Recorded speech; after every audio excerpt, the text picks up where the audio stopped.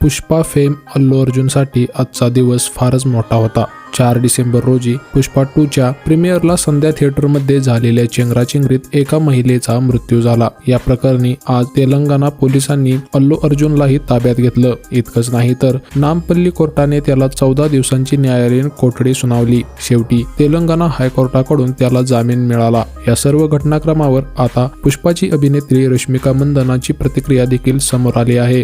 घडलेल्या घटनेवर रश्मिका मंदनाने ट्विट करत लिहिले आहे, हे मी काय पाहतीये, माझा विश्वासच बसत नाहीये। जे घडलं ते खूप दुर्दैवी आणि अत्यंत दुःखद होतं। तथापि केवळ एकाच व्यक्तीवर आरोप होत आहेत, हे फार वाईट आहे। ही परिस्थिती अत्यंत अविश्वसनीय आणि निराशाजनक अशीच आहे। पुष्पा 2 द रोल सध्या थिएटरमध्ये धुमाकूळ घालतोय। सिनेमाने एका आठवड्यात बॉक्स ऑफिसवर 700 कोटींचा टप्पा पार केला आहे। प्रदर्शनाच्या दिवशीच या सिनेमाने 150 कोटींच्या घरात कमाई केली होती। 2021 साली आलेल्या पुष्पाचा हा सिक्वेल आहे। रश्मिका मंदना, फहाद फासिल यांचीही या सिनेमात भूमिका आहे।